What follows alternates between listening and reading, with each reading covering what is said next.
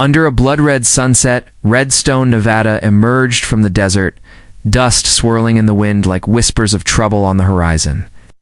This small town, with its single dirt road, nestled beneath the shadow of barren mountains where the breeze carried the scent of sand and memory. The dusty Spur Saloon stood defiant at its heart, its weathered boards creaking under the weight of countless harsh years. Inside, the air was thick with tobacco smoke. The low hum of miners, ranchers, and drifters blending into a chorus of men nursing whiskey and grudges. Emma Kane pushed through the saloon's double doors, her boots kicking up red dust that clung to her like a second skin. At 20, she was tall, sun-scorched, her eyes green as sagebrush after a storm, sharp, unyielding, fierce. Her dark braid swung heavy down her back, one hand clutching a worn flour sack. It seemed straining. The other held nothing but defiance. Every eye in the room turned to her, not for the creak of the doors, but for her. A woman like Emma didn't walk into Redstone unnoticed. Behind the bar stood Jack Brody, broad-shouldered and silent, his face carved from old oak, hard and unyielding as the desert sky. His gray eyes swept over Emma, noting her patched skirt, scuffed boots, and the fire in her stance. Jack hadn't smiled since the war ended, and even then, it was more grimace than joy. His right hand rested near a revolver that hadn't seen daylight in years but never gathered dust. "I'm here to cook," Emma said, her voice slicing through the haze like a blade. "I ain't my mother, but I can match her in a kitchen." "Give me one shot, Mr. Brody, one meal. You don't like it? I walk." The saloon chuckled, low and mean. Drunk in the corner slurred. "Girl don't know what she's steppin' into," another whispered. "She's got her mama's look trouble." But Emma didn't flinch. Neither did Jack. He studied her, from her worn boots to the red dust in her eyes that said she'd come far and fought harder. He tossed a sack of beans onto the counter, the thud echoing like a challenge. "Stove's out back," he said, voice gravelly but steady. "Don't burn the place down." She nodded once, sharp, and vanished into the kitchen. The saloon settled back into its rhythm, but something had shifted. A spark had been struck, though no one yet knew how it would burn. The kitchen was a relic half-broken stove, damp wood, a tin of rancid lard. Emma didn't care. She worked. Like a woman possessed, her hands moving with the rhythm of necessity. She soaked the beans, ground cornmeal, and coaxed a fire from the stubborn stove. By dusk, the scent of chili and cornbread drifted through the saloon, thick as a spell. Men stopped laughing. Cards fell still. Even the piano player paused, fingers hovering over the keys. Jack took the first bite, his fork scraping the plate. Steam rose between them as he chewed, his face unreadable. The room watched, waiting for dismissal. Instead, he set the plate down and said, "Come back tomorrow." Emma didn't smile, didn't thank him. She just nodded and turned back to the stove, her heart pounding louder than the saloon's chatter. That night she slept on a cot in the back room, the flour sack under her head like a promise.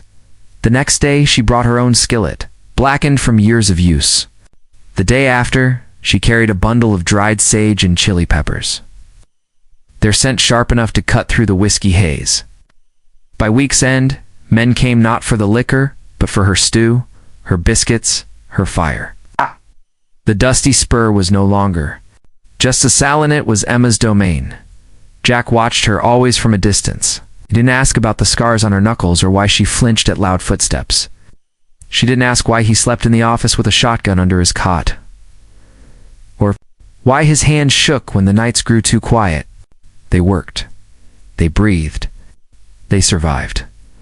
On the 8th day, trouble rode in on a black stallion with a silver bit. Victor Slade dismounted with the ease of a man who owned the ground he walked on. His velvet duster was too clean for the desert, his smile too sharp for honesty. 3 men followed, their eyes cold, their holsters heavy. The saloon fell silent as Slade's boots thudded across the floorboards. Emma froze behind the bar, her ladle dripping chili. She knew that Face had seen it in nightmares, in the stories her mother whispered before the fever took her. Victor Slade, the man who'd owned her mother's debts, her labor, her life.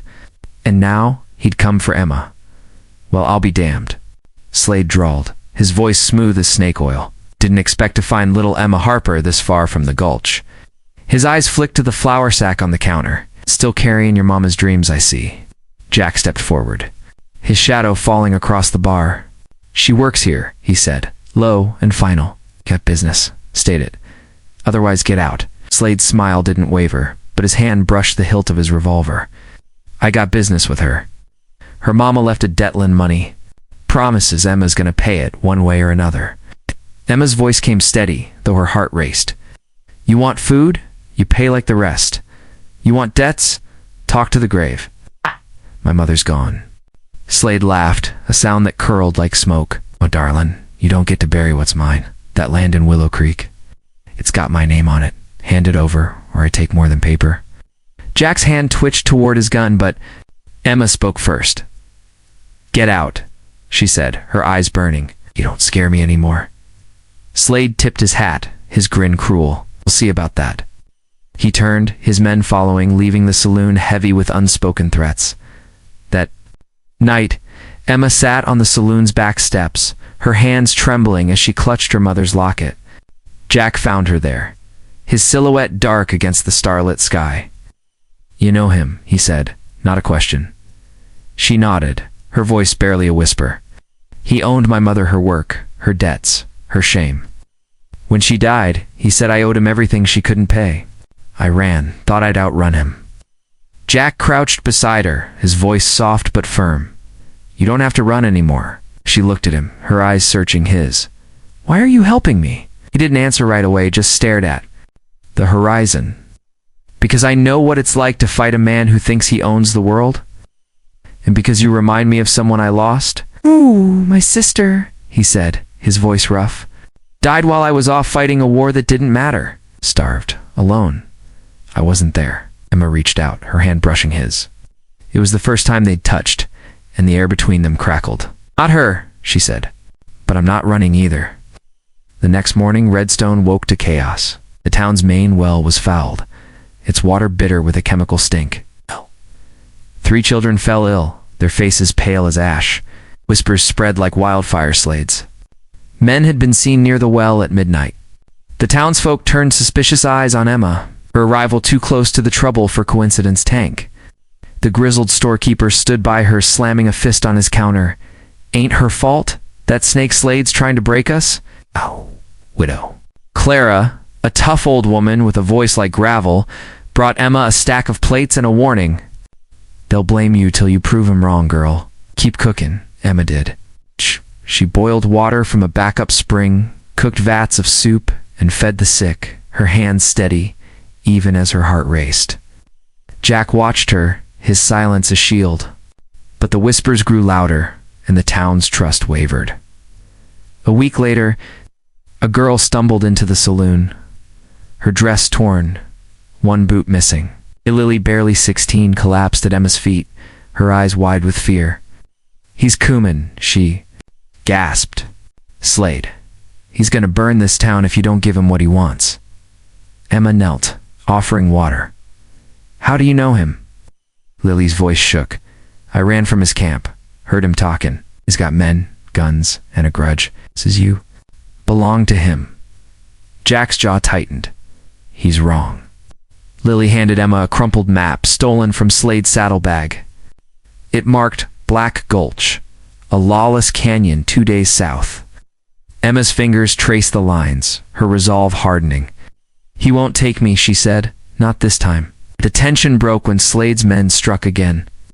Under a moonless sky, they raided a cattle drive on Redstone's outskirts, stealing half the herd. A rancher was left beaten, a note pinned to his coat. Cook or lose everything. The town's economy staggered, and fear took root. Emma stood on the saloon porch, her voice steady. We don't bend to thieves.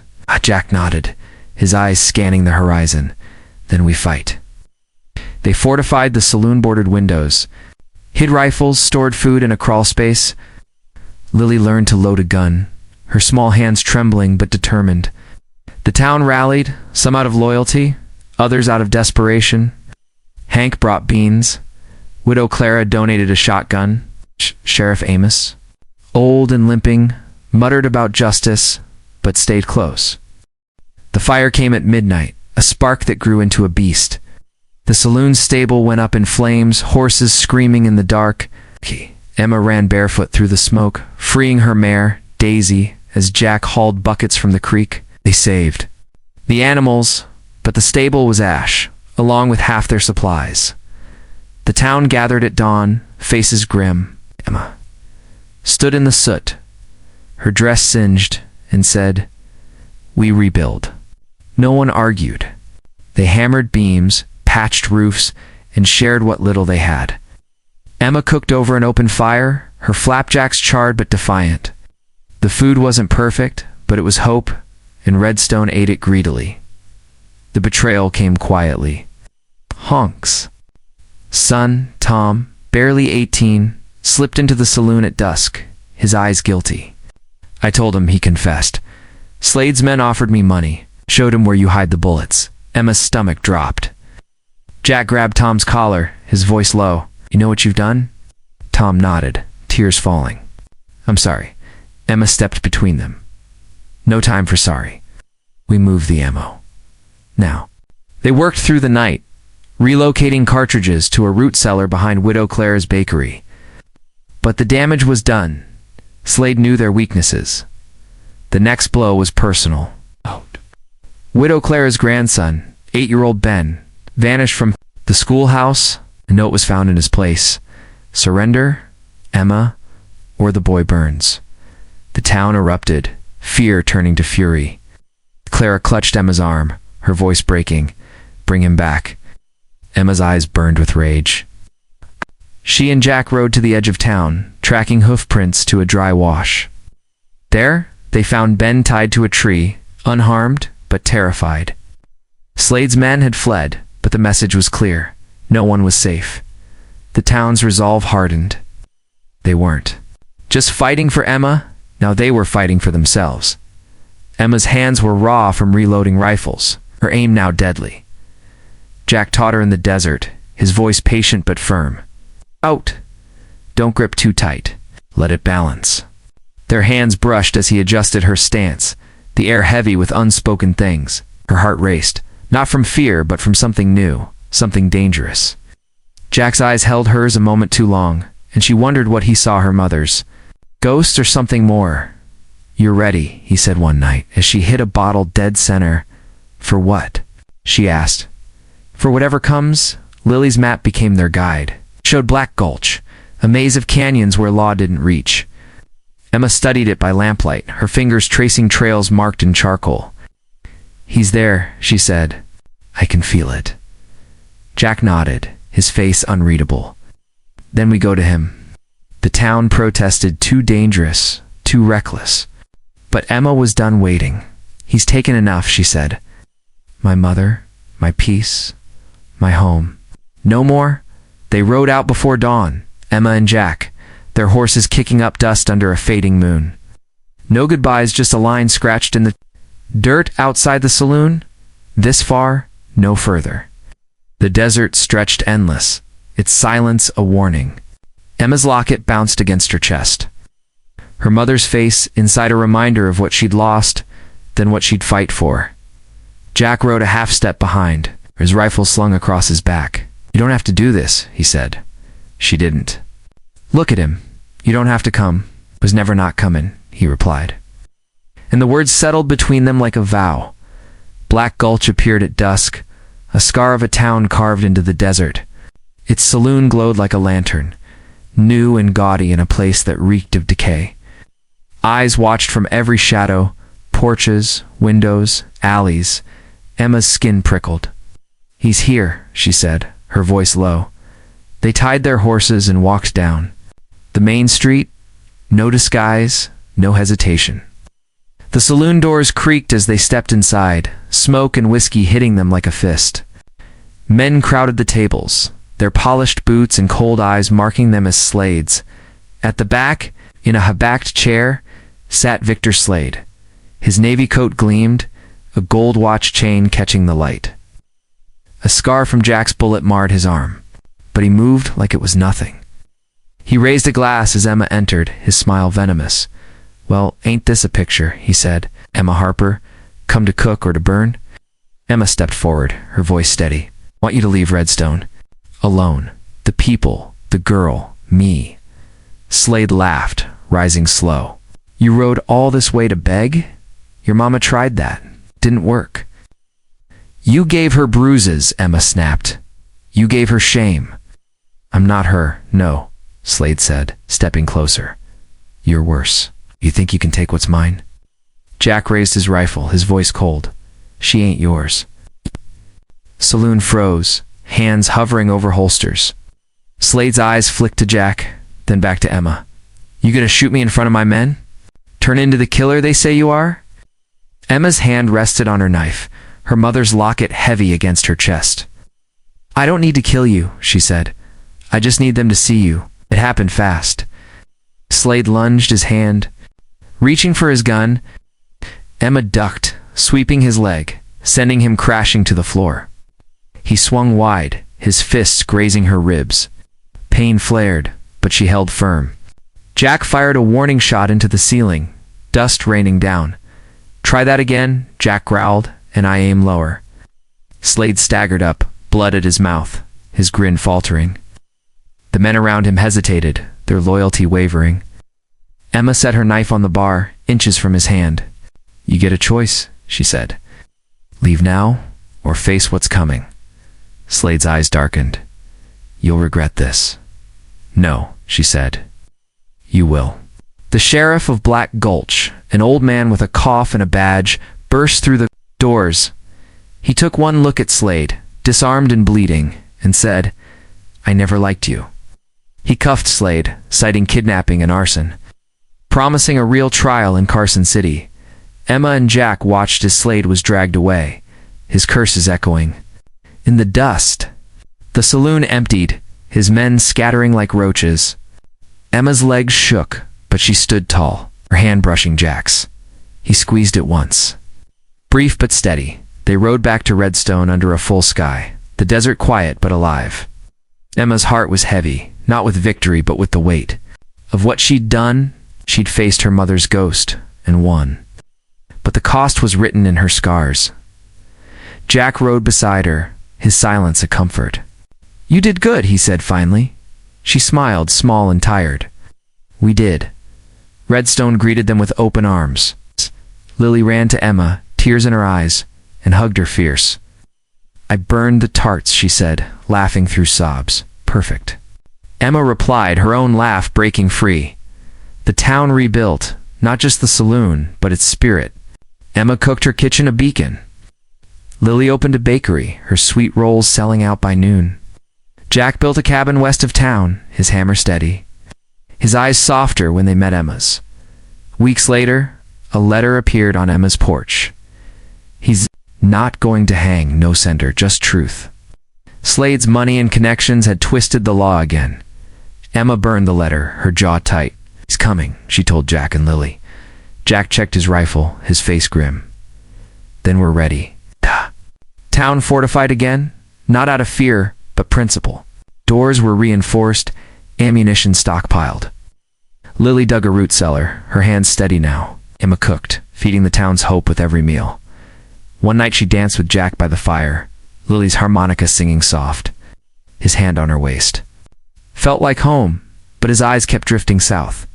Toward the horizon where Slade waited, the warnings came faster now, split fences, and burns, strangers asking too many questions. Emma felt the old fear return, a slow burn in her chest. She visited her mother's grave, a simple stone under a cottonwood tree. "I fought," she whispered, "but he's still out there." Jack found her, sitting beside her in silence. "Don't wait this time," he said. "We end it." Emma and Jack rode south again. Lily's mapped their guide. Pine Brook was quiet, but Slade's presence lingered in the air, heavy as smoke. They found him in a new saloon, his arrogance untouched. Emma faced him, her voice steady. "This ends now." Slade laughed, but it was hollow. "You can't kill me, girl. You're too soft." She stepped closer, her knife gleaming. "I don't need to kill you. I just need you gone." The fight was quick and brutal. Slade drew, but Emma was faster, pinning his hand to the bar with her knife. Jack's rifle kept his men at bay. The sheriff arrived, chains ready, and Slade was taken this time for good. Emma watched him go, her heart steady. She'd won not with blood, but with will. Back in Redstone, spring bloomed. Emma planted roses by her cabin, their thorns a reminder of her strength. Lily's bakery thrived, and Jack's cabin became a home. His door always opened to Emma. One night, lying in the grass, Lily asked, "Is it over?" Emma looked at the stars. "No," she said, "but we're through the worst of it." Was enough. Redstone stood, not perfect, but theirs. Emma cooked, Jack built, and the town lived, bound by a woman who'd turned fire into hope.